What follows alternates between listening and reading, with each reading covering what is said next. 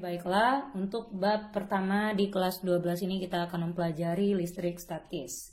Oke, sebelum kita masuk ke listrik statis berarti itu adalah muatan listrik atau listrik yang dalam keadaan diam ya. Nah, dimana di sini sebelum kita mengenal besaran-besaran yang ada pada listrik statis, kita kenal dulu muatan listrik yang dinamakan dengan muatan listrik. Muatan listrik ini disimbolkan dengan huruf Q. Nah, satuannya adalah coulomb. Oke, jadi yang muatan listrik ini terdiri dari muatan listrik positif dan muatan listrik negatif. Untuk muatan listrik positif itulah yang disebut dengan proton. Sedangkan muatan listrik negatif itu yang disebut dengan elektron.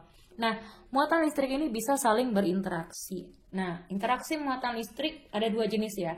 Ada tarik-menarik, ada tolak-menolak. Kapan kedua muatan listrik itu tarik-menarik? Dua muatan listrik bisa tarik-menarik jika muatannya berlawanan jenis. Misal, muatan positif dengan muatan yang negatif. Antara positif dan negatif itu biasanya tarik-menarik. Ibaratnya kalau pada manusia ya, antara pria dan wanita berarti itu saling tarik-menarik. Nah, jadi muatan listrik juga seperti itu. Dia tarik-menarik juga jika dua buah muatannya berlawanan jenis. Antara muatan positif dan muatan negatif. Yang positif tertarik ke yang negatif tertarik ke yang positif. Nah, lalu interaksi tolak-menolak. Tolak-menolak ini interaksi dua muatan yang jenisnya sama atau yang sejenis. Oke, yang sejenis ya. Nah, yang sejenis di sini maksudnya apa? Bisa saja positif dengan positif atau negatif dengan negatif. Maka dia akan tolak-menolak. Jadi kalau ada manusia yang dia sejenis tapi dia saling tertarik, berarti itu sudah dalam keadaan yang tidak normal. Sedangkan muatan listrik aja dia tolak menolak, masa manusia sejenis tarik menarik gitu kan, berarti kan itu sudah tidak normal. Berarti untuk muatan listrik yang sejenis dia tolak menolak. Positif dengan positif dia akan saling menolak. Nah, interaksi besarnya gaya tarik menarik atau tolak menolak antara dua buah benda yang bermuatan listrik itulah yang dinamakan dengan gaya Coulomb. Nah, gaya Coulomb itu biasanya dilambangkan dengan F. Apapun gayanya kan lambangnya tetap F ya.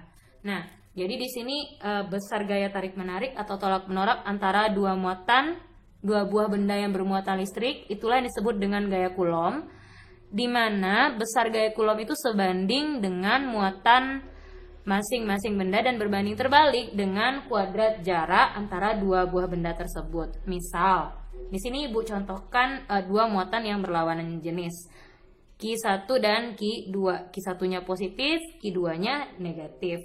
Nah, berarti Q1-nya itu tertarik ke arah Q2, Q2-nya juga tertarik ke arah Q1 karena dia berlawanan jenis.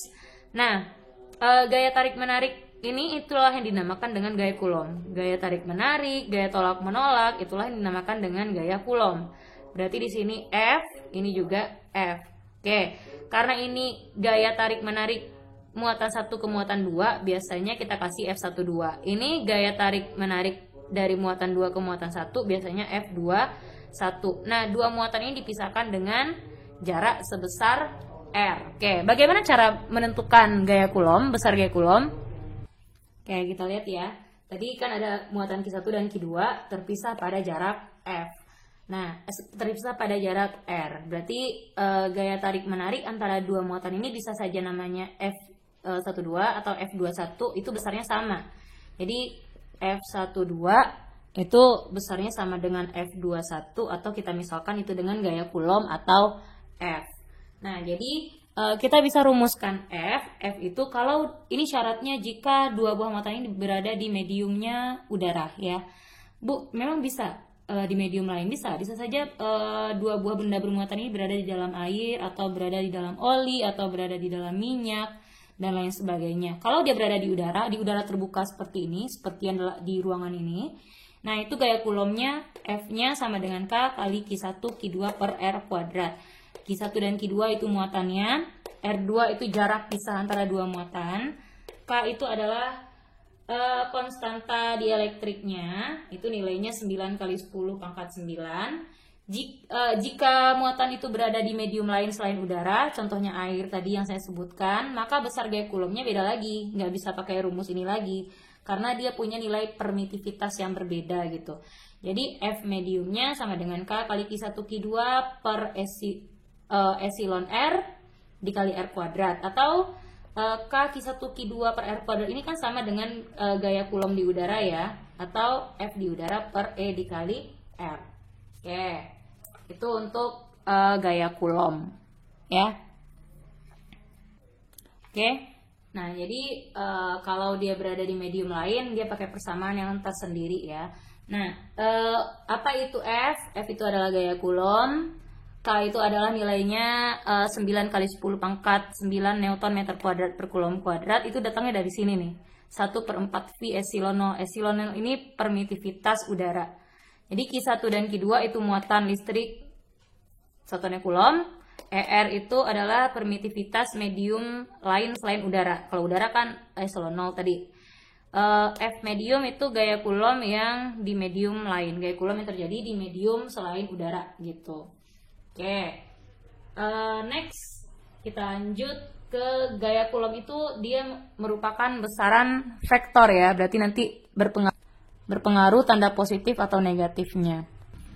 Oke, sekarang kita lihat yang namanya gaya Coulomb itu dia merupakan besaran vektor, artinya berpengaruh nanti tanda positif dan negatifnya. Kapan gaya Coulomb itu bernilai positif? Jika arah gayanya ke kanan atau ke atas seperti biasa. Kapan dia bernilai negatif? Jika arahnya ke kiri atau ke bawah. Jadi F-nya bernilai negatif jika arah gayanya ke kiri atau ke bawah.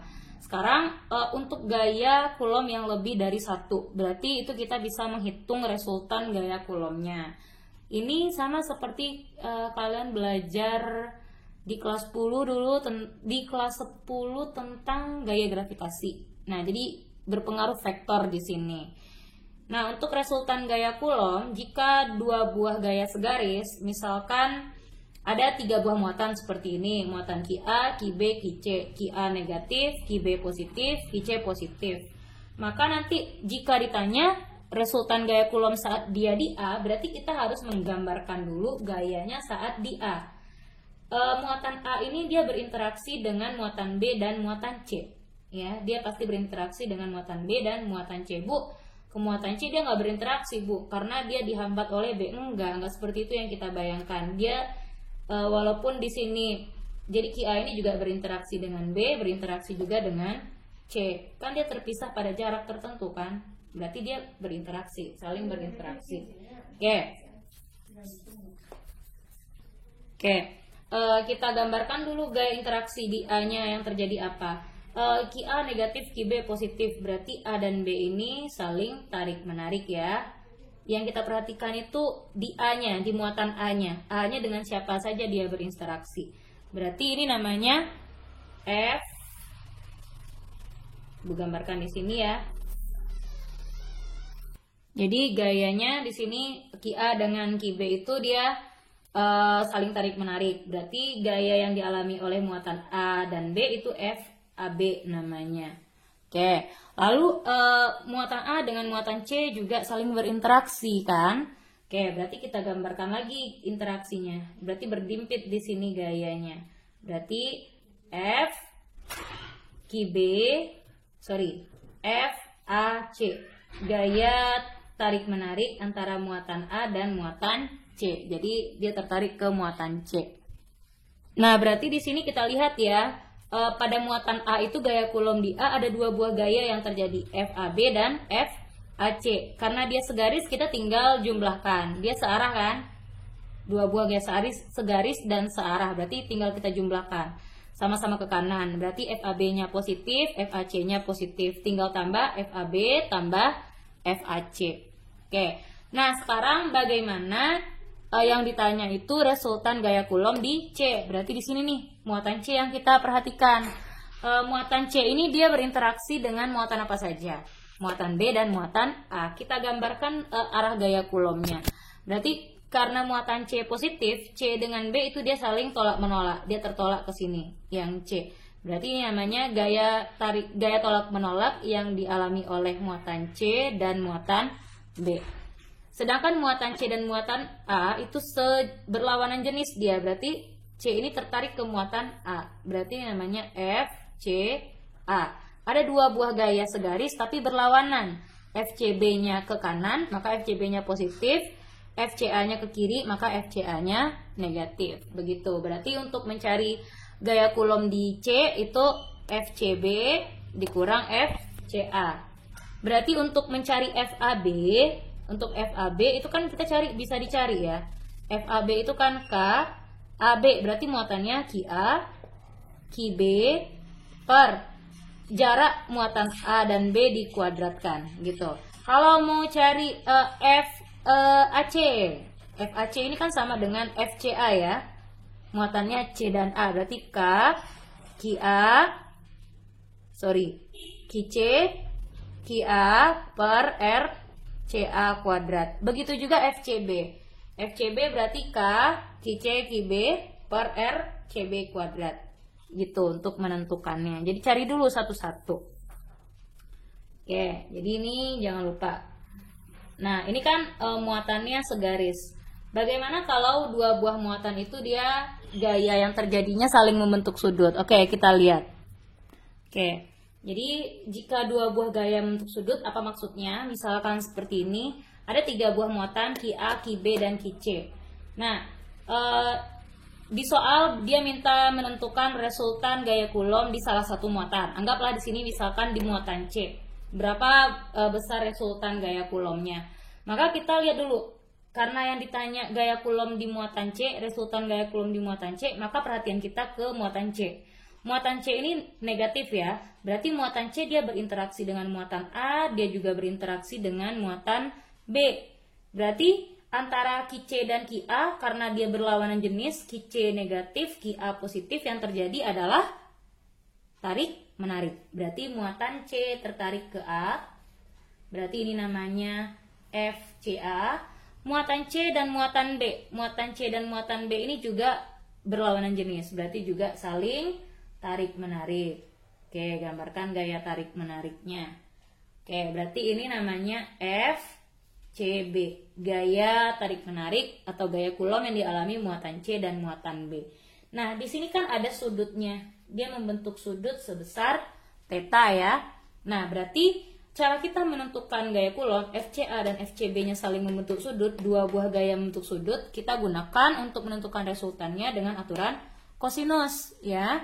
Berarti dua gaya itu gaya apa saja? FCA lalu FCB. Berarti akar dari FCA kuadrat tambah FCB kuadrat tambah 2FCA kali FCB cos theta. Ini tandanya kita pakai selalu plus di sini karena dia resultan.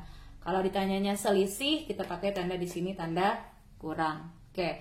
Apa itu theta? Theta itu adalah sudut yang dibentuk oleh dua buah gaya. Tergantung di sini sudutnya berapa.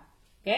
Kalau mau cari muatan di B, berarti resultan gaya Coulomb di B. B ini interaksinya dengan siapa? Dengan C juga, dengan A juga. Berarti QB itu dengan C tarik menarik, berarti arah panahnya ke sini. QB dengan A, kita misalkan lah ya, QB dengan A ini tolak menolak, berarti gayanya ke sini. Gitu ya. Berarti kalau dia di B ini ke sini, FBC. Kalau dengan A dia gini kan? FCA. Itu kalau misalkan yang ditanya resultannya di B. Oke, kita akan lanjut ke contoh soal untuk soal yang pertama. Oke, sekarang kita lihat untuk contoh soal yang pertama. Dua buah muatan terpisah pada jarak 16 cm menghasilkan gaya Coulomb 36 kali 10 pangkat min 4 Newton. Jika jarak kedua muatan dijadikan setengah kali semula, berapakah besar gaya Coulombnya?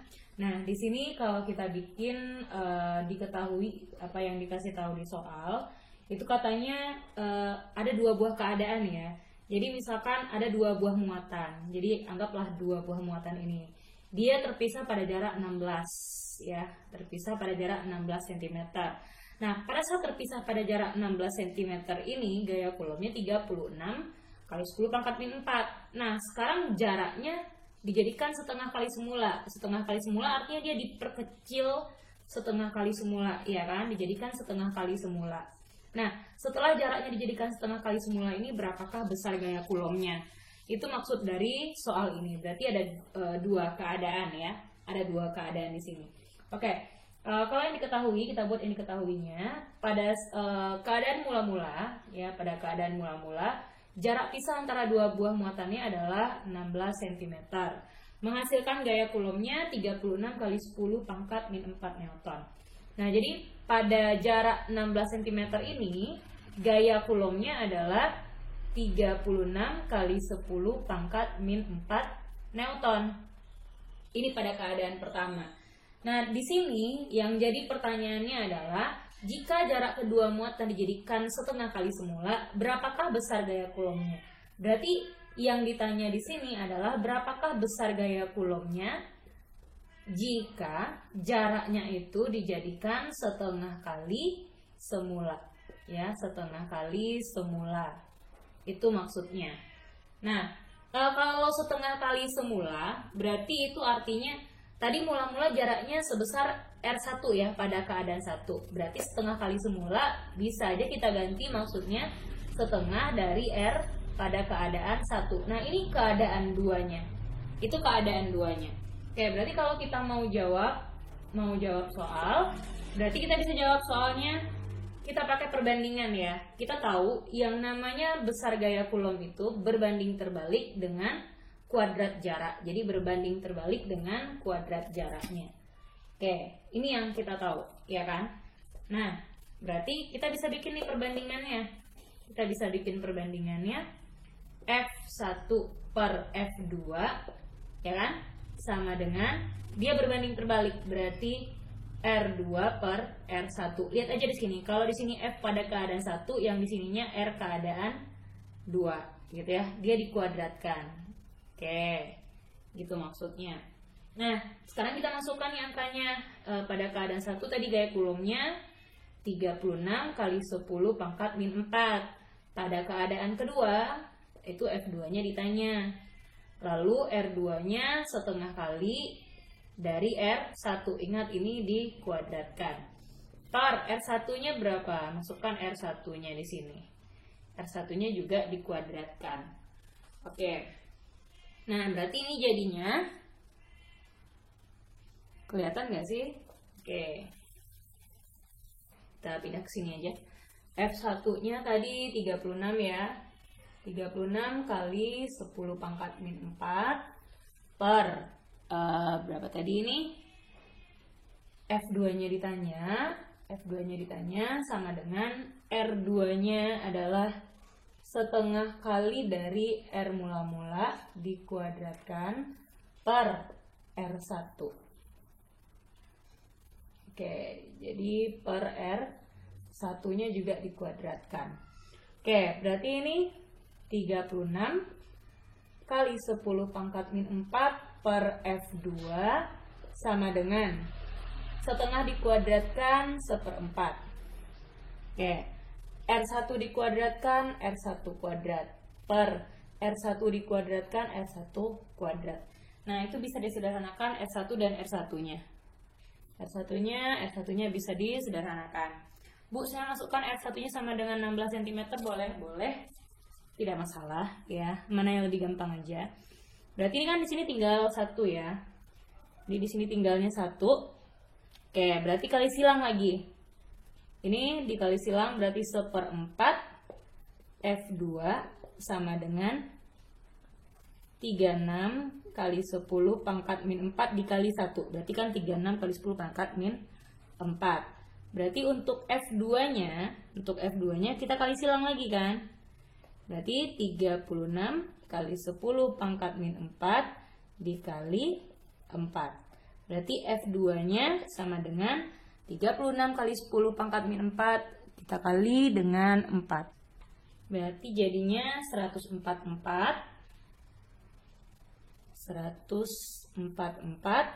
kali 10 pangkat min 4.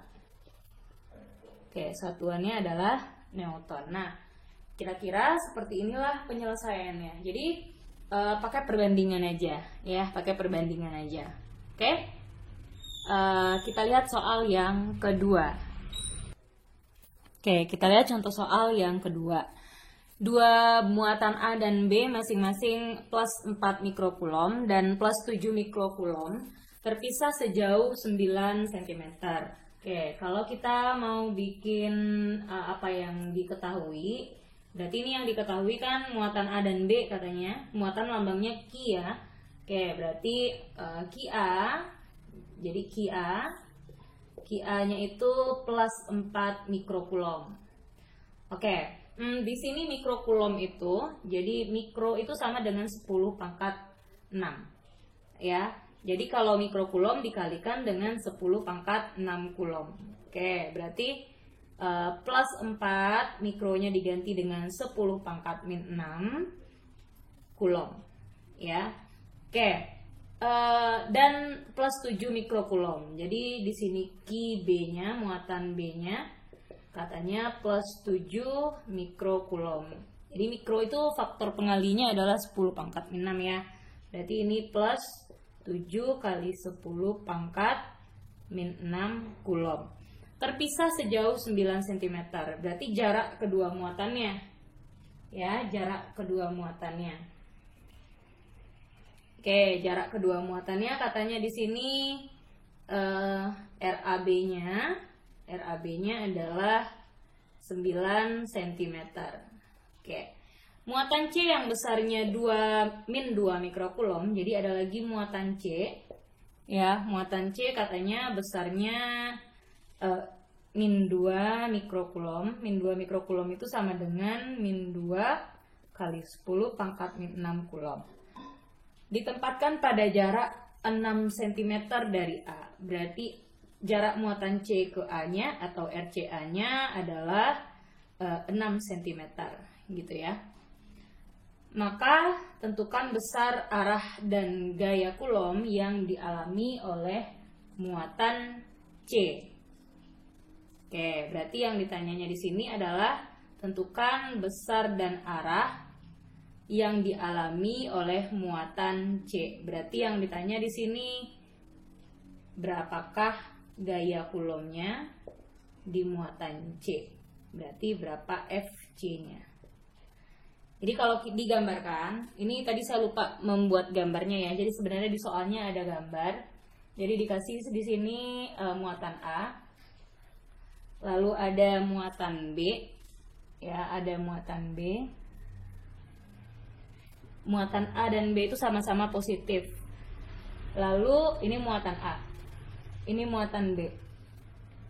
Nah, di antara muatan A dan B itu ada lagi muatan C. Muatan C itu jaraknya 6 cm dari A. Ya, kira-kira jaraknya di sini. Ada muatan C negatif, muatan negatif ya. Ini muatan C. Nah, sekarang kita lihat. Jadi jarak C ke A itu jaraknya 6 cm. C ke A jaraknya 6 cm. Dari A ke B itu jaraknya adalah 9 cm di soal dijelaskan. Oke.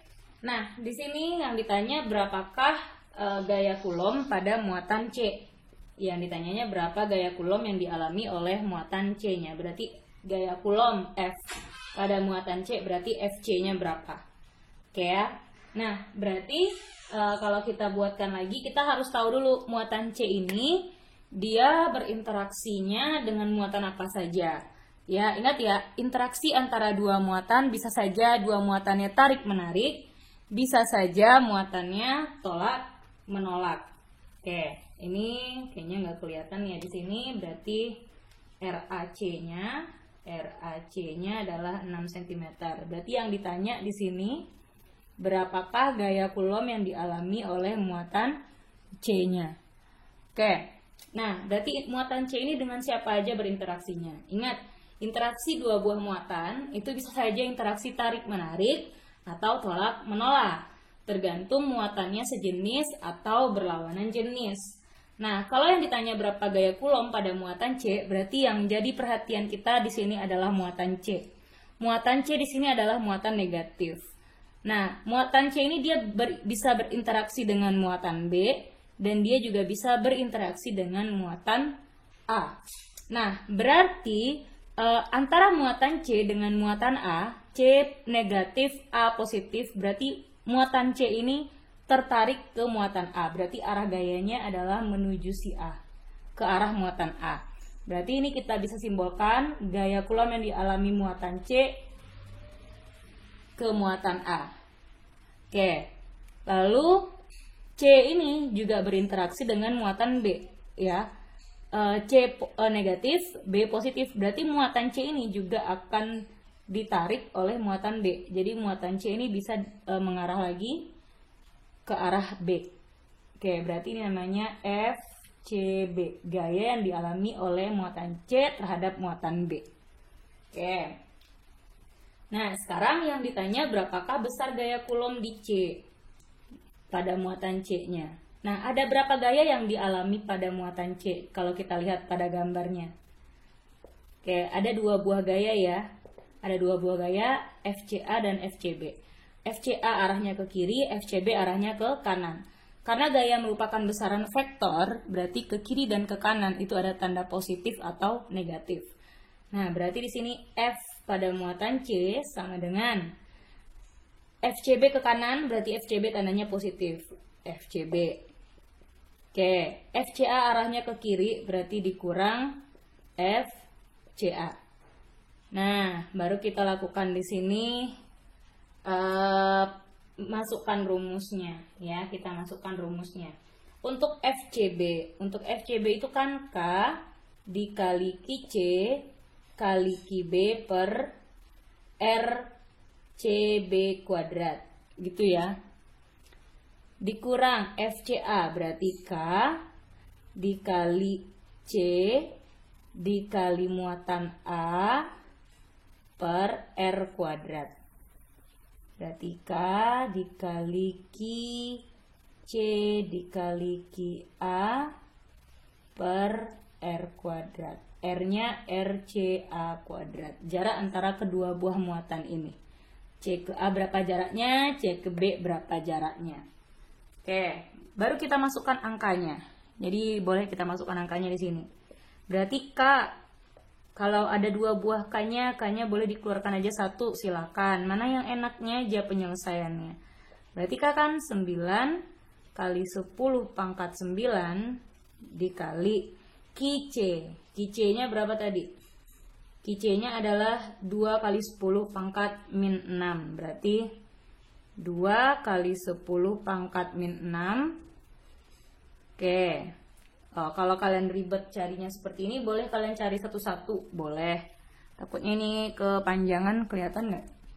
Nggak kelihatan juga ya sampai sini nanti. Atau kita coba, boleh juga. Ini saya geser ya, sama dengan K-nya 9 kali 10 pangkat 9 dikali QC. QC itu tadi, minnya nggak usah dimasukkan di dalam muatan ya. Masukkan aja nilainya. 2 kali 10 pangkat min 6 dikali QB. QB-nya 7 kali 10 pangkat min 6. Oke, RCB. RCB-nya jarak C ke B. Kalau dari A ke B 9, A ke C 6, berarti C ke B berapa? 9 kurang 6 ya, 3 cm, berarti 3 kali 10 pangkat min 2 dikuadratkan, dikurang, berarti 9 kali 10 pangkat 9. Oke, dikali di sini QC-nya itu, QC-nya tadi berapa ya? 2 kali 10 pangkat min 6 dikali QA-nya 4 kali 10 pangkat min 6. Oke, nggak kelihatan. Berarti kita cari satu-satu aja ya. Atau kita geser nih kameranya di sini. Oke, bisa ya. 10 pangkat min 6. RAC atau RCA-nya 6 kali 10 pangkat min 2 dikuadratkan. Oke, udah sampai situ. Kalau udah sampai sini baru kita cari lagi. Kita bisa sederhanakan bentuknya. Oke, baru kita bisa cari lagi ya bentuknya. Nah, berarti ini kan 9 tadi nih. 9 kali 10 pangkat 9 kali 2 kali 10 pangkat 6 kali 7 kali 10 pangkat 6. Oke, berarti ini 9 kali 10 pangkat 9. Oke, 9 kali 10 pangkat 9. Oke, 2 dikali 7 itu 14 ya. 14 kali 10 pangkat min 6, 10 pangkat min 6, 10 pangkat min 12 per. Oke, 3 dikuadratkan 9 dikali 10 min 2 dikuadratkan 10 pangkat min 4. Oke, dikurang berarti 9 kali 10 pangkat 9 2 kali 4 berarti 8 kali 10 pangkat 6, 10 pangkat min 6, 10 pangkat min 6, 10 pangkat min 12 per 6 dikuadratkan berarti itu 36 kali 10 pangkat min 4. Oke. Nah, kalau sudah seperti ini boleh kita sederhanakan masing-masing sukunya. Ya, ini tanda sama dengan tadi ya. Oke.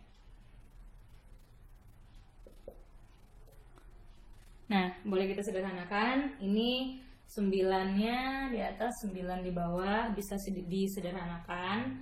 Ini 9 dengan 36, berarti di sini 4, ini 1, 1. Gitu. Oke, ada lagi yang bisa disederhanakan? Oh iya, ini 4 dengan 8 di sini 2. Ada lagi? Kalau tidak ada, boleh kita cari ya. Nah, berarti ini di sini tinggalnya 14 kali 10 pangkat 9 dikali 10 pangkat min 12. 10 pangkat min 4 naik ke atas 10 pangkat 4. Ya, 10 pangkat 4 berarti di sini 10 pangkat 9, ini 10 pangkat berapa jadinya? Ditambah 4 min 12 tambah 4 di sini tinggal 8 ya. Per 1 di sini dikurang berarti ini 2 kali 10 pangkat 9 dikali 10 pangkat min 12 ditambah dikali 10 pangkat 4 berarti 10 pangkat min 8. Oke, berarti ini pernya nggak ada lagi ya, sama-sama per 1. Berarti ini kita tinggal kurang. Oke, berarti 14 kali 10 pangkat 1 ya enggak sih, dikurang 2 kali 10 pangkat 1. Oke, atau kali 10. Nah, gitu. Berarti ini 140 dikurang 20. Gitu ya. Berarti ini jadinya 120. Satuannya adalah Newton.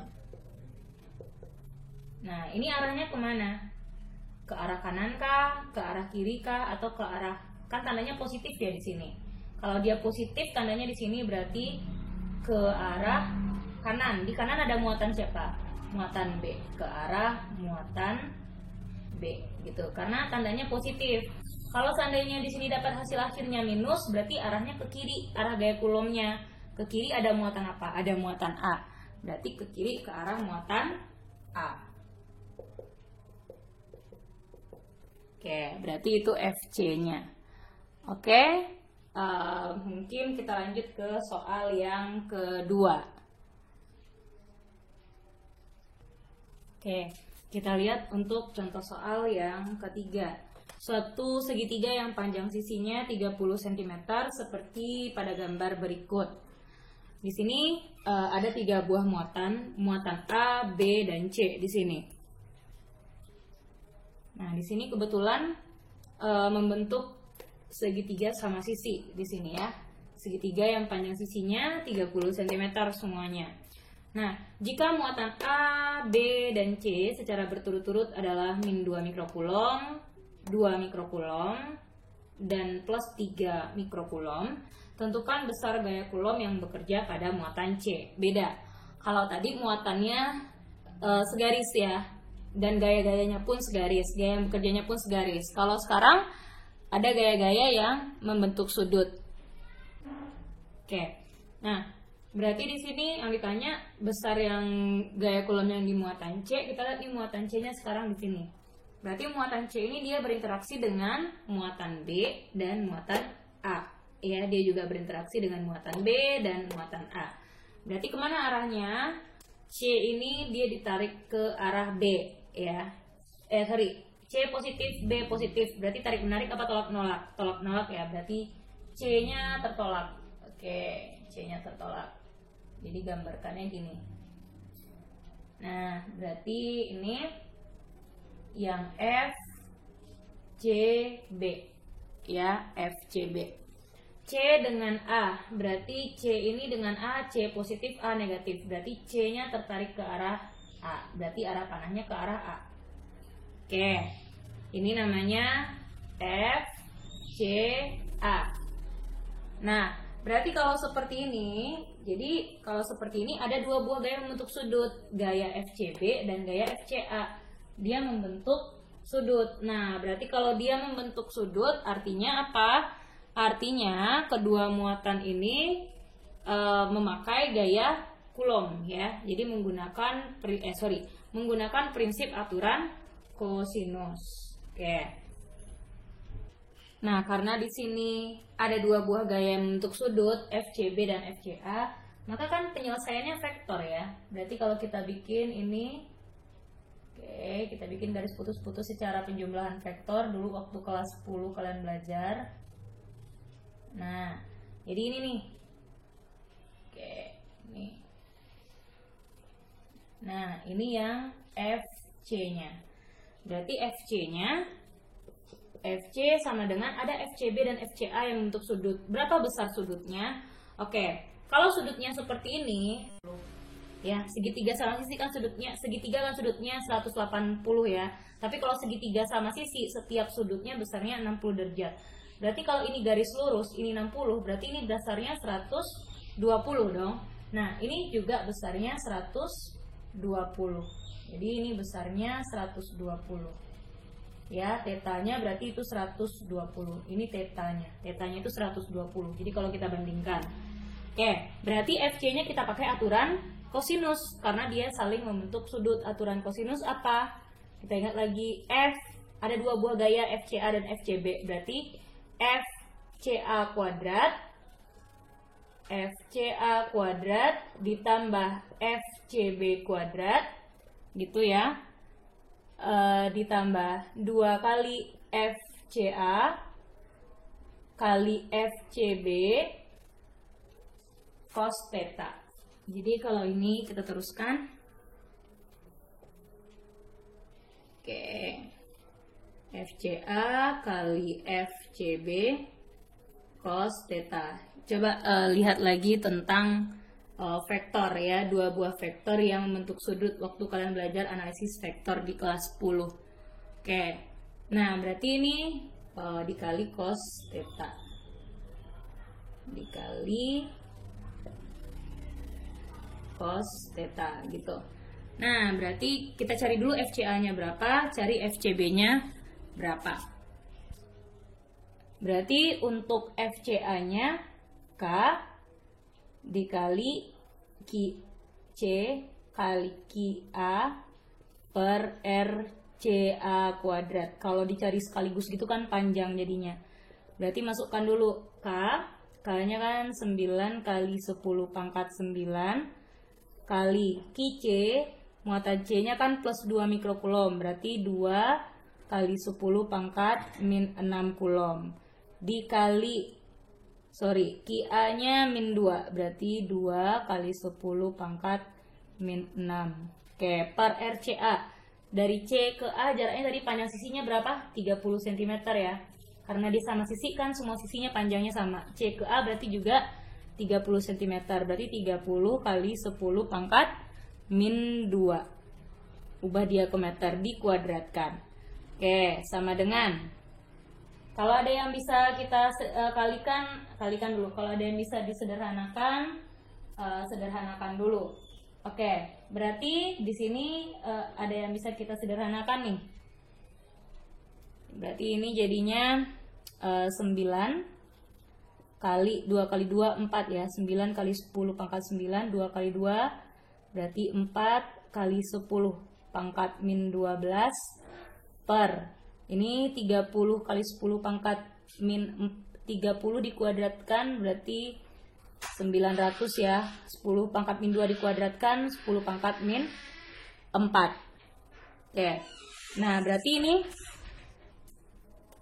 ini bisa kita sederhanakan.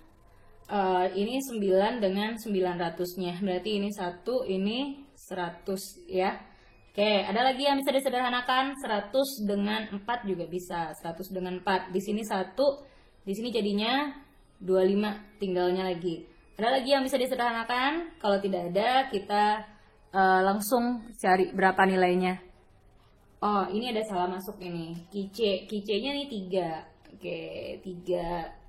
Berarti 3 kali 2, berarti di sini 6. Ini tunggu dulu. Jadi ini 9 dengan 100, 9 dengan 900, ini sederhanakan 100. Oke, ada lagi nggak ya? Berarti 6 dengan 100 bisa ya? Sama-sama kita bagi 2 juga bisa ya ini. Oke, berarti ini kalau kita bagi 2, atau gini aja. Ini 6 kali 10 pangkat 9, 10 pangkat min 12, sisanya di sini 10 pangkat min 3. Ini kan 100. 100 ini kan 10 pangkat 2. 10 pangkat 2 dikali 10 pangkat min 4. Berarti bagi 100 10 pangkat 2, 10 pangkat min 4 itu berapa jadinya? Kan tinggal di sini 10 pangkat min 2 ya. Nah, berarti ini 6 dikali 10 pangkat min 3, naik 10 pangkat 2-nya ke atas. Berarti 10 pangkat min 3 kali 10 pangkat 2 gitu kan jadinya. Nah, berarti ini jadinya kan 6 kali 10 pangkat min 1, atau kita sederhanakan jadinya 0,6. Oke, 0,6 Newton. Oke, gitu caranya. Itu baru dapat FCA-nya. Ya, baru dapat FCA-nya. Sekarang kita cari lagi FCB-nya. Ya, ini 0,6 ya, atau 6 kali 10 pangkat min 1 boleh juga. Satuannya Newton atau N. Oke, kita cari lagi FCB. Nah, untuk mencari FCB sama dengan tadi. Berarti FCB-nya sama dengan K dikali QC kali QB per R-nya RCB ya. RCB kuadrat.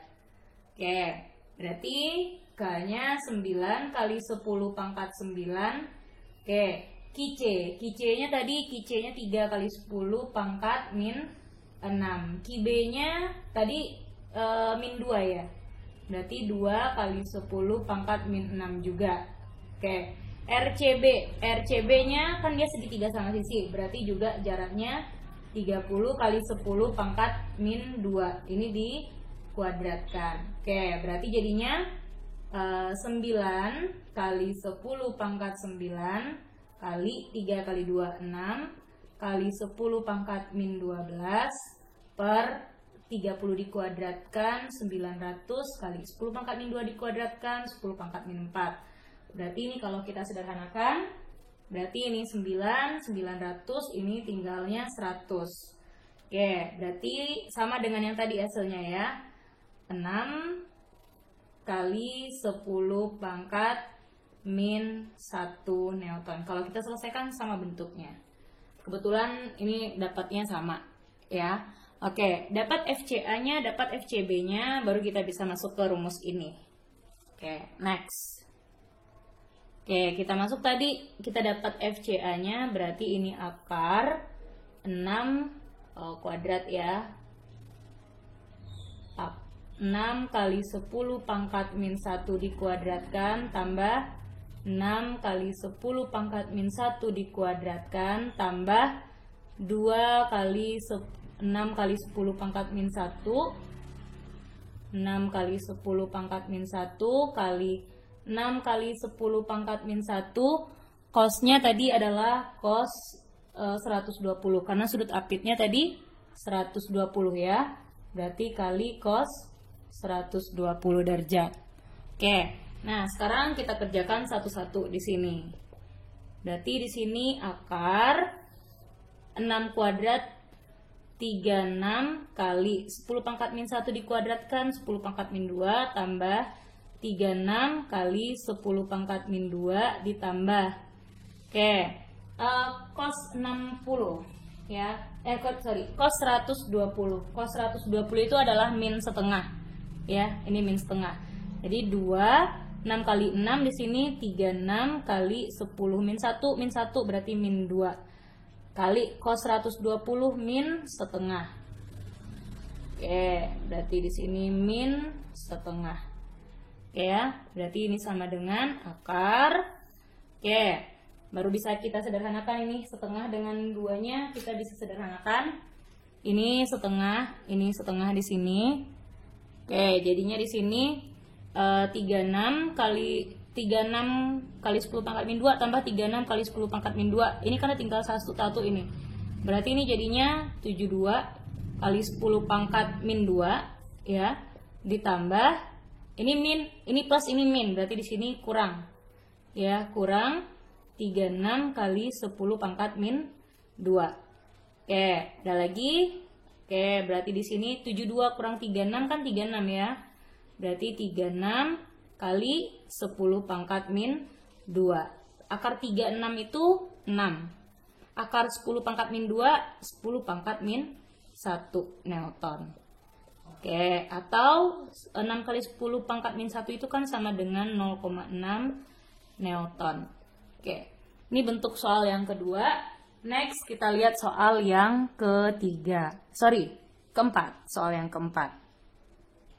Oke, ini bentuk soal yang keempat. Perhatikan gambar-gambar muatan listrik berikut. Ada muatan A negatif, muatan B positif. A dan B ini terpisah pada jarak 3 cm. Tentukan letak muatan C. Jadi ada muatan ketiga yang nilai muatannya itu, yang besar muatannya itu plus 2 mikrokulom. Agar gaya kulom pada muatan C tersebut besarnya sama dengan 0. Nah, gitu. Nah, jadi pada soal keempat ini kita harus gambarkan dulu di mana letak si muatan C tersebut. Nah, katanya di sini ada 2 buah muatan ya, A dan B, terpisah pada jarak 3 cm. Tapi ada satu muatan lagi, muatan C yang besarnya plus 2 mikrokulom. Kita ingin tahu di mana letak si muatan C ini agar gaya kulom pada muatan C sama dengan 0. Jadi ada 2 kemungkinan gitu ya. Ada 2 kemungkinan untuk menentukan di mana posisi muatan C. Nah, triknya begini. Triknya seperti ini ya. Jika ada 2 buah muatan yang berlawanan jenis, yang satunya positif, yang satunya negatif, maka letak muatan yang ketiga itu agar muatan yang ketiga ini besar gaya kulomnya sama dengan 0, itu letaknya di luar 2 muatan ini. Maksudnya tidak terletak di antara, tapi bisa saja terletaknya di sebelah kanan B, bisa saja terletaknya di sebelah kiri muatan A, ya, di luar muatan ini. Oke. Nah, berarti kalau seandainya muatannya berlawanan jenis, satu negatif, satu positif, A dan B, berarti letak muatan yang C-nya agar gaya kulom di muatan C itu sama dengan 0, bisa saja letaknya di sebelah kanan B, bisa saja letaknya di sebelah kanan A. Tergantung sekarang mana muatan yang paling kecil. Ya, kalau A dan B di sini A-nya 9 mikrokulom, B-nya 4 mikrokulom. Abaikan dulu tandanya. Mana yang lebih kecil, 9 atau 4? 4 ya. Berarti muatannya letaknya di sebelah kanan, lebih dekat ke muatan B, sebelah kanan B. Nah, ini muatan C-nya. Oke. Nah, kalau seandainya yang dua-duanya positif atau sejenis, kalau dua buah muatannya sejenis, positif dengan positif atau negatif dengan negatif, maka muatan ketiga harus diletakkan agar gaya Coulomb pada muatan ketiga itu sama dengan 0. Dia harus terletak di antara dua muatan ini, ya, di antara dua muatan, berarti dekat muatan yang paling kecil. Jadi kalau misalnya ini plus 9 mikrocoulomb, ini plus 4 mikrocoulomb, ini misal ya, misal, maka muatan ketiga itu letaknya di antara tapi lebih dekat ke muatan B. Nah, misalnya di sini letak muatan C, gitu. Nah, baik negatif ke negatif juga begitu ya, negatif juga begitu. Lihat aja mana yang paling kecil. Tapi kalau pada soal kita, di sini muatan A-nya negatif, muatan A-nya negatif, muatan B-nya positif. Nah, berarti letak muatan ketiga atau letak muatan C, agar gaya Coulomb pada muatan C itu sama dengan 0, maka letak muatan C itu adalah di luar muatan A dan B, lebih dekat ke muatan yang paling kecil, gitu triknya. Berarti muatan ketiga di sini yang paling kecil antara A dan B kan muatan B ya, muatan B 4. Muatan A 9, satu 9 mikrocoulomb, satu 4 mikrocoulomb. Nah, berarti lebih kecil muatan B. Enggak, abaikan aja tanda min dan plusnya. Lihat aja angkanya mana yang paling kecil gitu. Nah, berarti karena muatan yang paling kecil itu muatan B, maka muatan C-nya itu letaknya dekat muatan B. Nah, berarti di sini plus. Ya, ini dia yang muatan C. Nah, sekarang kita misalkan jarak muatan B ke C itu, kita misalkan dia dengan X. Oke ya, berarti kalau ini tadi 9 mikrocoulomb, kalau ini tadi min 9 mikrocoulomb, ini plus 4 mikrocoulomb, yang ini plus 2 mikrocoulomb. Nah, maka kita misalkan di sini jarak muatan B ke C itu yang kita misalkan dengan X, kita misalkan dia dengan X. Nah, jarak muatan A ke B tadi kan 3 cm ya. A ke B tadi jaraknya adalah 3 cm. Berarti jarak A ke C itu berapa besarnya? Itu kita misalkan dengan, kalau dari A ke B 3 cm, B ke C adalah sebesar X, maka jarak dari A ke B, jadi B ke C ini kita misalkan jaraknya sebesar X. Jadi dimisalkan aja. Maka dari A ke C itu jaraknya berapa? Pasti 3 ditambah X ya. 3 ditambah X. Oke, bentar. Maka jarak A ke C itu 3 ditambah X. Oke, sampai sini bisa ya. Ini X-nya Ibu ubah begini ya. X. Oke, ini juga Ibu ubah X. Oke. Nah, berarti di sini baru kita selesaikan. Maka katanya gaya Coulomb pada muatan C itu harus sama dengan 0. Muatan C dia berinteraksi dengan muatan siapa aja? Oke, muatan C ini dia berinteraksi dengan muatan B dan muatan A. Ya kan, karena ada dua muatan lainnya.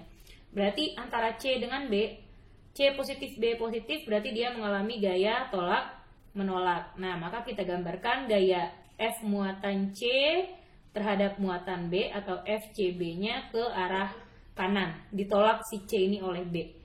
Berarti C dengan A, C-nya positif, A-nya negatif, berarti muatan C ini nanti akan ditarik ke muatan A. Ini yang namanya FCA, gaya Coulomb dari muatan C terhadap muatan A. Oke. Nah, berarti di sini cara mencari muatan gaya Coulomb pada muatan C-nya berarti FCB-nya ke kanan, berarti FCB-nya positif, FCB, lalu FCA-nya ke kiri, berarti dikurang FCA. Dia ingat ya vektor. Nah, berarti sekarang kita mau gaya Coulomb di muatan C atau FC itu sama dengan 0. Maka 0 sama dengan FCB dikurang FCA. Iya kan? Nah, maka berarti kalau ini 0 sama dengan FCB kurang FCA, berarti FCA min FCA-nya kita pindah ruaskan jadinya FCA ya. FCA sama dengan FCB. Nah, itu harus yang jadi syaratnya. Oke. Nah, berarti FCA harus sama besarnya dengan FCB agar gaya Coulomb di muatan C-nya itu sama dengan 0 gitu. Jadi tinggal kita pindah ruaskan aja. Triknya seperti itu. Setelah kita gambarkan gayanya, masukkan FC-nya sama dengan 0, nanti dapat syaratnya. Nah, berarti untuk mencari FCA, F gimana cara mencarinya tadi? K, FCA berarti QA atau QC dikali QA per RCA kuadrat sama dengan FCB, berarti K dikali QC dikali QB per RCB dikuadratkan, ya kan? Nah, di sini ada K-nya sama nilainya, muatan C-nya juga sama nilainya. Berarti yang tersisa lagi adalah QA per RCA kuadrat sama dengan QB per RCB kuadrat. Gitu kan? Ini biar bentuknya lebih bagus saja. Q dengan Q kita kelompokkan di kelompok yang sama, di suku yang sama. R dengan R dikelompokkan dengan suku yang sama. Caranya tinggal memindah posisi silang. Berarti QA, ini RCA dengan QB-nya kita pindah tempat. Jadi per QB gitu. Sama dengan, berarti ini RCA per RCB. Nah, karena ini sama-sama kuadrat, boleh kuadratnya kita sederhanakan jadi begini bentuknya. Kita satukan kuadratnya. Ini. Nah, dikuadratkan. Gitu. Oke. Nah, kalau sudah seperti ini, nah kita bisa cari lagi. Tinggal masukkan berapa QA-nya, berapa QB-nya. Oke, kita masukkan QA-nya. QA tadi katanya min 9 mikrokulom. Harus kita ubah ke kulom, Bu. Nggak usah diubah, biar aja dalam mikrokulom. Karena ini atas bawah nanti bisa dicoret ya, karena udah Q sama-sama dengan Q, R sama-sama dengan R. Jadi nggak usah diubah. Oke, berarti di sini 9 mikrokulom, berarti 9. Jangan dimasukkan tanda minnya, ya. Per QB-nya tadi plus 4 ya, berarti 4 mikrokulom sama dengan, RCA berarti jarak C ke A atau A ke C. Berarti C ke A atau A ke C kan 3 tambah X. Nah, kita misalkan tadi ya, 3 ditambah X per jarak dari RCB, dari C ke B itu kita misalkan tadi dengan apa? Dengan X. Jadi misalkan dulu yang C ke B itu sama dengan X gitu. Berarti kita misalkan dia dengan X. Nah, ini kan sama-sama dikuadratkan. Nah, kalau ini dikuadratkan satu-satu kan susah jadinya. Ya kan? Misal nih 3 tambah X dikuadratkan kan 3 tambah X kali 3 tambah X. Nanti kali ke dalam susah ya. Nah, untuk menghilangkan kuadrat ini, kita akarkan aja kedua ruasnya. Berarti kita sederhanakan dulu 9 dengan 4. Oh, oke, nggak bisa disederhanakan. Berarti tetap ya 9 dengan 4. Kita akarkan kedua ruas. Berarti ini akar 9 per 4 sama dengan 3 tambah X per X kuadrat diakarkan, maka kuadratnya hilang ya. Tinggal di sini 3 tambah X per X gitu ya. Nah, berarti akar 9 itu 3, akar 4 itu 2, sama dengan 3 ditambah X per X. X di atas dengan X di bawah tidak boleh dicoret ya, karena ini tanda pemisahnya adalah tanda tambah. Jadi jangan asal coret. Lalu gimana cara kita menyelesaikannya? Kali silang, lakukan kali silang. Berarti 3 dikali X, 3X sama dengan 2 dikali 3 tambah X. Berarti di sini 2 dikali 3 tambah X. Oke, berarti di sini 3X sama dengan 2 kali 3, 6. Ditambah 2 dikali X, 2X. Oke, nah berarti penyelesaiannya, yang X dengan yang X-nya kita kelompokkan di ruas yang sama. Berarti plus 2X kita pindahkan ke ruas kiri. Ya, 3X dikurang 2X sama dengan 6. Oke. Berarti 3X kurang 2X berarti 1X ya. 1X kan 1X sama dengan 6. Satuannya apa tadi? Sentimeter. Jadi X sama dengan 6 cm. X itu yang mana? X itu jarak dari B ke C. Maka di mana letak benda C atau letak muatan C agar resultan gaya Coulomb di muatan C itu sama dengan 0? Maka letak muatan C adalah 6 cm dari muatan B. Atau kalau kita hitung dari muatan A, dari B ke C kan 6 cm. Maka dari C ke A adalah tambah lagi 3 cm, jadi 9. atau 9 cm dari muatan A. Nah, berarti cara menjawabnya, maka letak muatan C adalah 6 cm dari muatan B. Atau kalau kita mau menghitung dari muatan A kan, jarak dari C ke A itu kan tadi 3 ditambah X ya, atau 3 ditambah X sama dengan 3 ditambah 6 sama dengan 9 cm dari muatan A. Begitu cara kita menjawab soalnya. Oke, baiklah, kita lanjut lagi di pembahasan tentang kuat medan listrik. Oke, kita masuk ke kuat medan listrik. Ya, kuat medan listrik diawali dengan medan listrik ya.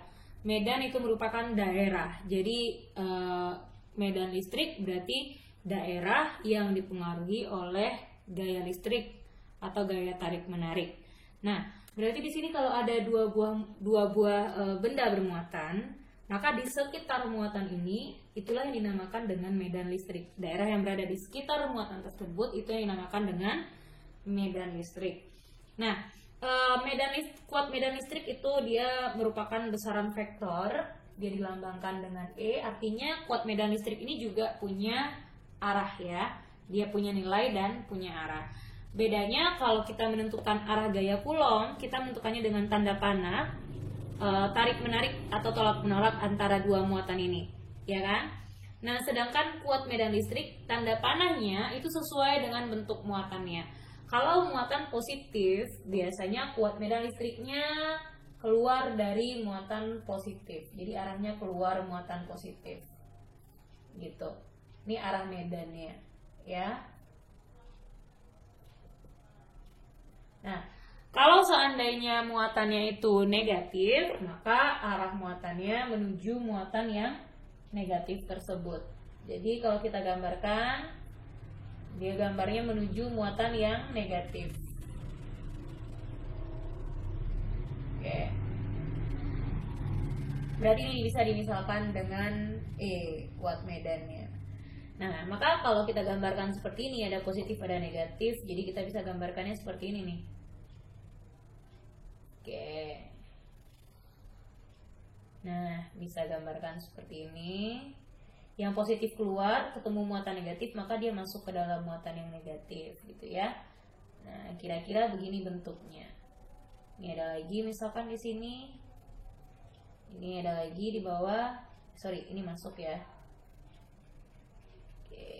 Masuk ke muatan negatif. Ini arah E-nya. Oke, ini masuk. Ini arah E-nya, ini juga arah E-nya keluar dari muatan yang positif. Nah, kira-kira bentuk garis-garis medan listriknya seperti ini. Ya, jadi garis-garis medan listriknya seperti itu bentuknya.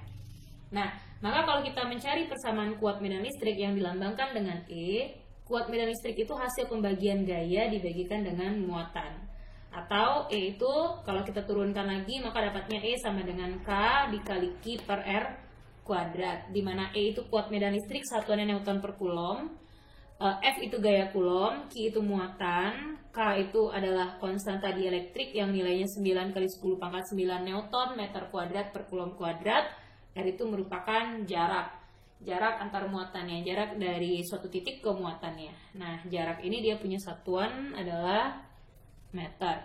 Oke, sekarang langsung kita lihat contoh soal ya. Jadi sama, kalau ada misalkan suatu titik, di sini ada muatan A positif misalkan, lalu muatan B misalnya juga positif ya. Di sini ada anggaplah ini muatan B, lalu di sini ada titik X misalnya.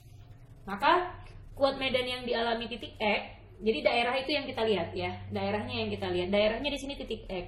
Titik X ini berada di antara muatan positif dan negatif ya. Dia bisa berinteraksi dengan muatan positif dan muatan negatif. Berarti kalau di titik X, antara titik X dengan A itu kuat medan yang dialami titik X-nya adalah keluar. Berarti ini yang kuat medan dari muatan A di titik X. Kuat medan dari muatan B di titik X-nya, karena di sini juga dia positif, dia menarik lagi kayak gini. Berarti ini yang EB gitu. Cara menentukan positif atau negatifnya sama, kanan positif, kiri negatif. Nah, Kalau kita punya muatannya seperti ini, yang satu negatif, yang satu positif, anggap ini muatan A, ini muatan B, lalu ini titik tadi titik X misalkan. Nah, maka di titik X ini kuat medan yang dialami titik X terhadap muatan A itu adalah menuju. Jadi dari titik X menuju, karena kalau kita ketemu muatan negatif, maka ada garis gaya medan atau kuat medannya yang mengarah ke muatan negatif itu. Ini EA-nya. EB-nya karena dia ditolak lagi, nah berarti dia tertolak kan, atau keluar dari muatan negatif, keluar berarti di sini dia EB-nya. Oke, next kita lanjut aja ke contoh soalnya ya, kita lanjut ke contoh soal. Oke, kita lihat contoh soal yang kelima. Muatan A 3 mikrokulom dan muatan B min 2 mikrokulom terpisah pada jarak 9 cm seperti pada gambar. Jadi ada muatan A, ada muatan B. Muatan A-nya plus 3 mikrokulom, muatan B-nya min 2 mikrokulom. Nah, tentukan besar dan arah kuat medan listrik S yang berada 3 cm dari muatan A. 3 cm dari muatan A. Jadi yang ditanyanya berapakah besar dan arah kuat medan. Oke. Nah, berarti di sini kita punya titik S. Ya, titik S ini jaraknya dari muatan A adalah 3 cm. Sedangkan jarak antara muatan A dan B itu adalah 9 cm. Nah, di sini titik S itu ada di sekitar titik S itu ada dua muatan A dan muatan B. Berarti kuat medan listrik yang dialami oleh titik S dari muatan A itu kan muatan A-nya positif ya. Berarti arah kuat medannya itu keluar dari muatan ya. Jadi kalau keluar dari muatan akan keluar dari muatan positifnya. Berarti ini E kuat medan dari muatan A. Lalu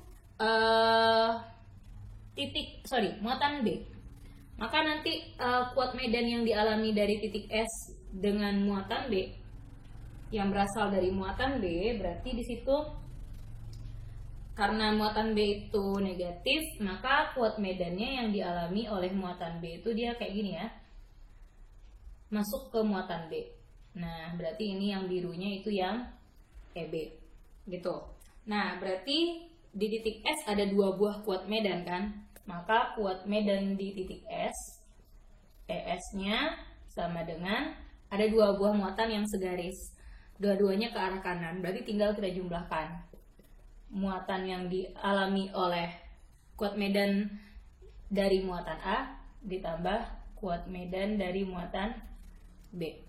Itu yang dialami oleh titik S. Oke, berarti ini kuat medan pada muatan A kan K QA per RA. Ya, RA maksudnya di sini adalah jarak muatan A ke muatan S, RAS gitu, boleh dikuadratkan ditambah K dikali QB per RB ke titik S dikuadratkan. Karena kita kan tadi punya rumus kuat medan E sama dengan K dikali Q per R kuadrat kan gitu ya. Maka kita ganti satu-satu rumusnya. Oke, berarti kita masukkan angkanya lagi. Berarti di sini ada K, K-nya 9 kali 10 pangkat 9. QA-nya itu ada 3 mikrokulom, berarti 3 kali 10 pangkat min 6 ya. Lalu ada RA ke titik S. A ke titik S jaraknya 3 cm, berarti jadikan dia ke meter, 3 kali 10 pangkat min 2 meter dikuadratkan. Lalu ditambah dengan K 9 kali 10 pangkat 9. QB muatan B itu adalah min 2 mikrokulom ya, berarti 2 kali 10 pangkat min 6. Minnya nggak usah dimasukkan. Kalau untuk muatan minnya tidak usah dimasukkan dulu kalau kita mau cari kuat medan dengan dengan gaya listrik. Kalau ada tanda min atau plus di muatannya nggak usah dimasukkan, ambil aja nilainya.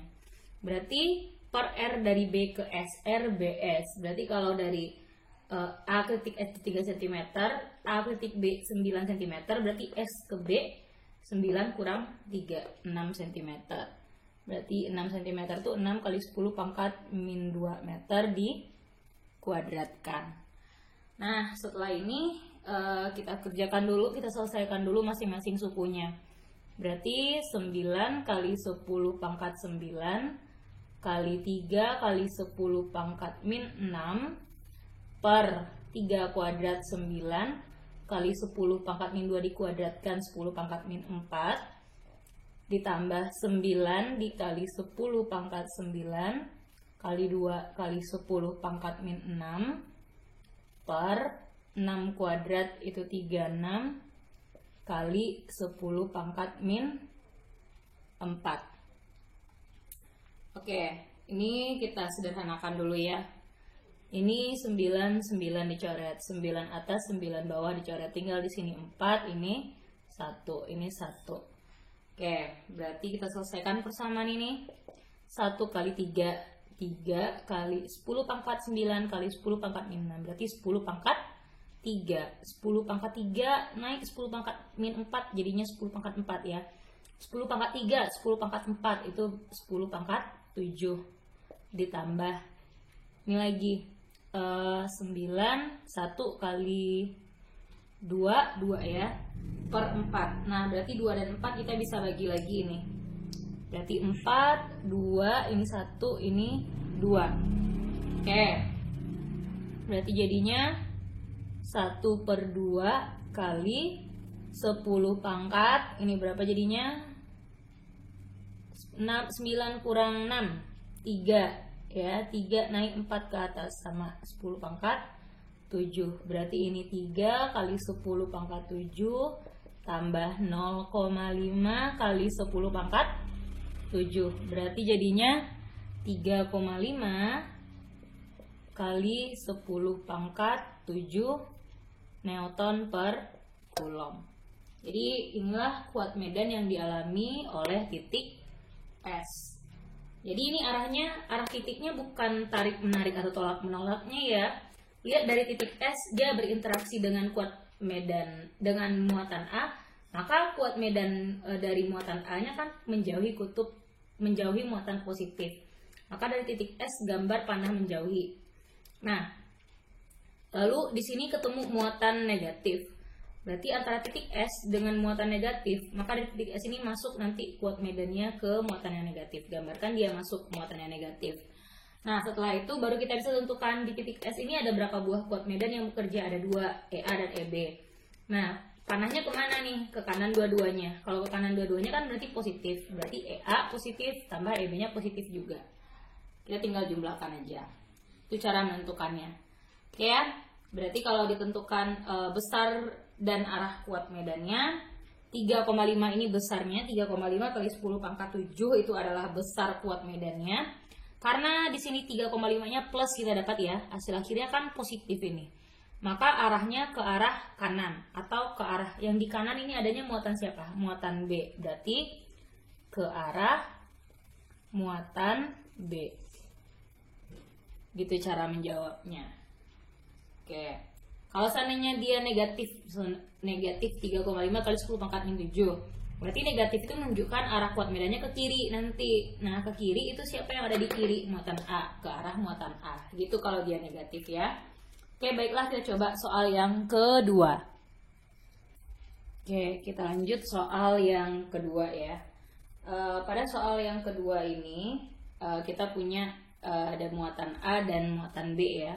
Jadi dua buah muatan A dan muatan B. Katanya dia terpisah pada jarak 6 cm seperti pada gambar berikut. Jadi di sini ada muatan A dan B min 4 mikrocoulomb dan plus 16 mikrocoulomb. Dia terpisah pada jarak 6 cm. Di manakah letak titik P? Jadi kita nggak tahu nih titik P ini di mana posisinya. Agar pada titik P ini katanya kuat medan di titik P itu sama dengan 0. Nilainya sama dengan 0. Jadi caranya hampir sama dengan cara gaya Coulomb yang dialami oleh gaya Coulomb tadi. Kalau kita punya dua buah muatan ya, Jadi kalau kita punya dua buah muatan, ada muatan A, lalu ada muatan B. Atau saya pindah ke sini aja ya. Kalau kita punya dua muatan, ada muatan A, dia muatannya negatif. Lalu ada muatan B, positif. Jadi muatan B-nya di sini positif gitu. Nah, katanya kan yang A ini min 4 mikrokulom ya. Min 4 mikrokulom, muatan B-nya plus 16 mikrokulom. Dimanakah letak titik P agar kuat medan di titik P sama dengan 0? Triknya begini ya, kita lihat dulu muatannya. Muatannya, dua buah muatan ini positif apa negatif? Sejenis atau berlawanan jenis? Ini negatif, ini positif. Berarti kan dia berlawanan jenis nih. Kalau dia berlawanan jenis, berarti titik P yang kita akan tentukan kuat medannya sama dengan 0 itu berada di luar dua muatan ini. Ya, bisa saja di luar dua muatan ini, di dekat muatan yang paling kecil. Berarti di dekat muatan yang paling kecil. Antara 4 dan 16 mana yang paling kecil? 4 ya. Berarti letaknya di sebelah kiri muatan A. Kalau nanti muatannya satu positif, dua-duanya positif atau dua-duanya negatif. Misalkan di sini 4 mikrokulom, ini 16 mikrokulom. Nah, karena muatannya sejenis, maka titik P itu agar kuat medannya sama dengan 0, titik P itu letaknya di sekitar ini, di antara muatan A dan B tadi. Kalau ini berlawanan jenis, berarti letaknya di luar dua muatan ini. Bisa saja di sebelah kanan B, bisa saja di sebelah kiri muatan A. Ya, di luar muatan, bukan di antara. Oke, bukan di antara. Ya. Nah, jadi di dekat muatan yang paling kecil. Ini juga di dekat muatan yang paling kecil. Kalau ini plus dua-duanya berarti dia lebih dekat ke muatan yang paling kecil. Ini S. Tapi berhubung di soal kita itu dia muatannya berlawanan jenis, maka letak titik S-nya berada di luar muatan A dan B, lebih dekat ke muatan yang paling kecil atau muatan A. Berarti adanya di luar ya, di luar muatan A dan B. Maka letaknya lebih dekat ke muatan A karena muatan A itu yang lebih kecil nilainya. Anggap ini titik S. Nah, langsung gambarkan titik S-nya di sana. Setelah itu, kita misalkan lagi jarak dari titik S ke muatan A-nya dengan X, sama seperti tadi. Nah, berarti kalau dari A ke B, muatan A ke B tadi jaraknya itu 6 cm, maka jarak dari titik S ke titik B itu berapa? Oke, X tambah 6, iya kan? X tambah 6. Nah, berarti sekarang kita tentukan dia, titik S ya, titik P, titik P. Nama titiknya titik P di sini. Titik P. Jadi titik P itu beradanya di luar muatan A dan B, lebih dekat ke muatan A. Ya, lebih dekat ke muatan A karena muatan A yang paling kecil. Kalau dia sama jenisnya, sama jenis muatannya, berarti titik P-nya berada di sekitar atau di antara muatan A dan B, tapi lebih dekat ke muatan yang paling kecil. Berhubung ini beda jenis atau berlawanan jenis, maka titik P-nya berada di luar muatan A dan B, lebih dekat ke muatan yang lebih kecil. Oke, nah udah Ibu gambarkan titik P-nya, lalu misalkan jarak dari titik P ke A, ke muatan A itu dengan X, jarak dari titik P ke titik B, ke muatan B itu X tambah 6. Kenapa? Jarak A dari A ke B itu 6 cm, maka dari P ke B X tambah 6. Oke, nah berarti ini kuat medan itu kan kuat medan lambangnya E ya, E di titik P sama dengan, kita lihat di sini. Berarti titik P ini ada berapa kuat medan yang dialaminya? Oke, perhatikan. Dari titik P dengan muatan A ini negatif. Berarti dari titik P nanti ada masuk muatannya. Garis medannya masuk. Ya, gambarkan garis medannya masuk muatan negatif. Berarti ini yang EA. Titik P dengan muatan B ini kan positif ya, maka nanti akan menolak seperti ini, keluar garis medannya ya, berarti ini E B gitu. Nah, berarti di titik P ada dua buah kuat medan yang dialami, ada EB dan EA. Berarti EP itu EA-nya ke arah kanan, berarti EA-nya positif. EB-nya ke kiri, berarti EB-nya negatif. Nah, yang diminta di sini EP-nya, kuat medan di titik P-nya sama dengan 0. Berarti 0 sama dengan EA dikurang EB. Berarti min EB kita pindah ruaskan, EB sama dengan EA. Nah, kita punya tadi rumus E apa? K dikali Q. Oke. Berarti kalau K dikali Q, ini EB ya. K dikali QB per R. R-nya dari B ke titik P. RBP kuadrat sama dengan K dikali QA per RAP kuadrat. Oke. Nah, maka kalau seperti ini, K-nya kan bisa dicoret ya, kiri kanan. Coret K-nya kiri kanan. Gitu. Berarti yang tinggal apa lagi? QB-nya, QB per R muatan B ke titik P kuadrat sama dengan QA per R dari muatan A ke titik P dikuadratkan. Kita kelompokkan, berarti QB per QA sama dengan, ini pindah tukar tempat aja ya, RBP per RAP sama-sama dikuadratkan. Oke, berarti QB-nya 16, QA-nya 4 sama dengan R dari B ke P, itu yang kita misalkan dengan X tambah 6 per RAP. Oke, ini X tambah 6 RAP dari A ke P itu X ya, ini sama-sama dikuadratkan. Oke, nah sama-sama dikuadratkan. Oke, kita pindah lagi. Nah, berarti itu gimana ceritanya?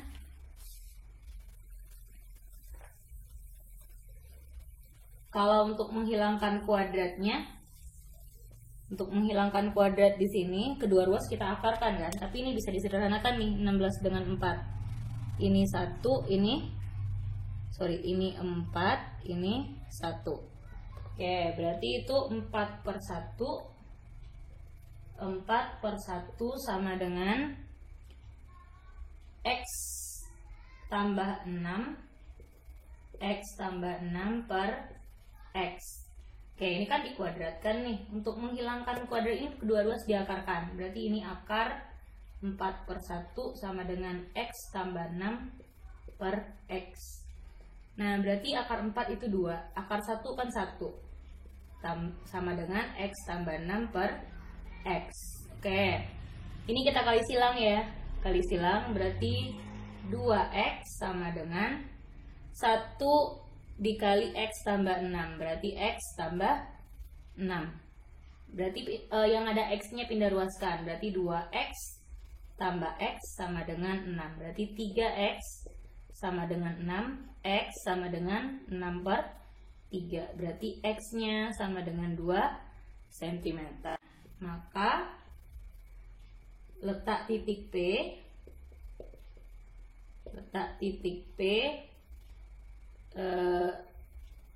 agar muatan di P, agar kuat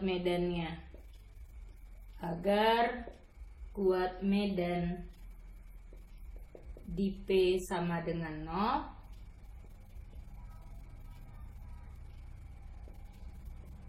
adalah berapa katanya tadi? X 2 cm dari muatan A. Oke. Atau kalau kita ingin mengukurnya dari muatan B, berapa cm nih dari muatan B? Kalau ini X tambah 6 berarti 2 tambah 6 atau 8 cm dari muatan B. Jadi gitu caranya ya. Bentuk soal lain. Oke, kita lihat bentuk soal lain. Oke, misalnya bentuk soal lainnya seperti ini. Ini kadang keluar di UN atau keluar di SBMPTN ya. Yang ditanya misalkan ini segitiganya segitiga sama sisi ya. Dari ini ada muatan A, muatan B, muatan C. Nah, panjang sisinya sama-sama A. Anggap panjang sisinya sama-sama A. Ya, A itu panjang sisi ya, jarak dari B ke A ke C, dan B ke C itu sama dengan A. Yang disuruh tentukanlah kuat medan di titik P misalkan. Nah, berarti kalau seperti ini, kita lihat titik P itu dia berinteraksi dengan siapa aja. Di sekitar titik P itu ada muatan apa saja, gitu. Nah, kalau kita lihat di sekitar titik P ini ada muatan B, ada muatan A, ada muatan C. Maka pada titik B dipengaruhi oleh muatan B. Maka garis medannya kalau P dengan B itu garis medannya B-nya negatif, maka garis medannya nanti menuju muatan yang negatif. Nah, oke, menuju muatan yang negatif. Oke, berarti kalau kita gambarkan kayak gini ya. Oke, ini tadi ada garis putus-putusnya juga. Nah, oke, berarti antara muatan C, kuat medan garis medan yang dialami titik P dengan muatan C negatif kan, berarti garis medannya masuk lagi ke muatan C. Nah, jadi ini kan yang ketemu kalau dia vektor pangkal dengan pangkal bertemu itu kan kita gunakan aturan kosinus ya. Berarti kalau kita gambarkan dengan aturan kosinus gini dia gambarnya.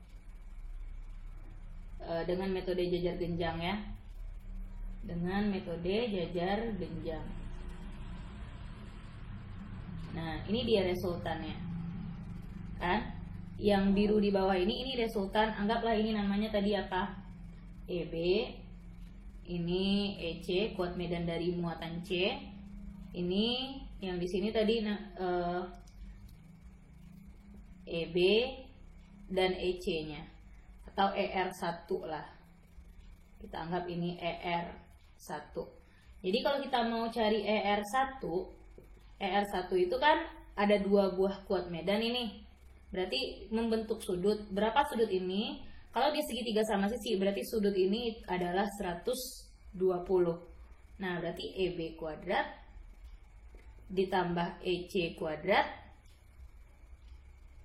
oke, ditambah 2 kali EB kali EC dikali cos theta. Tetanya itu ini sudut yang dibentuk oleh EB dan EC. Nah, itu cari ER1 dulu. Setelah itu tidak hanya 2 muatan ini kan yang berada di sekitar titik P.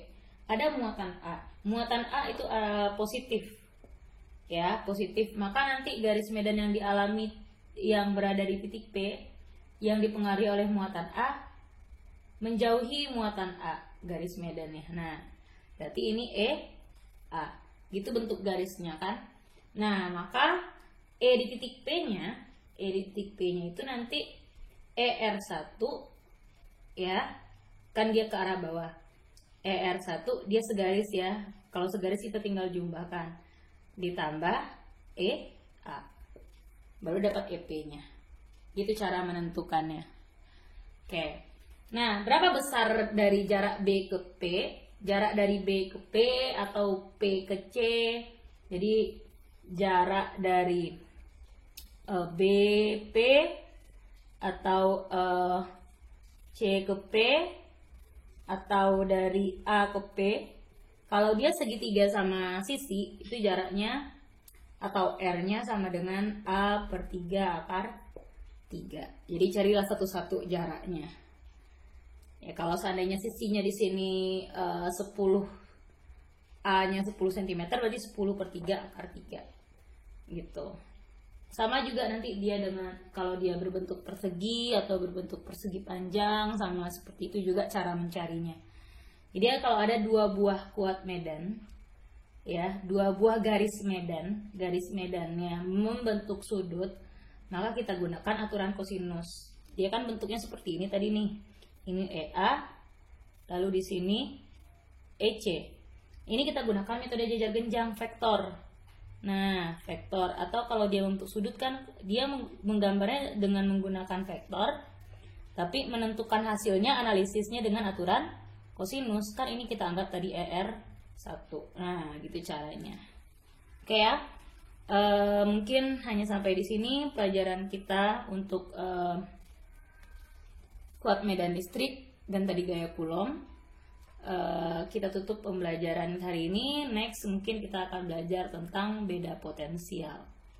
Oke, sampai ketemu di pertemuan selanjutnya.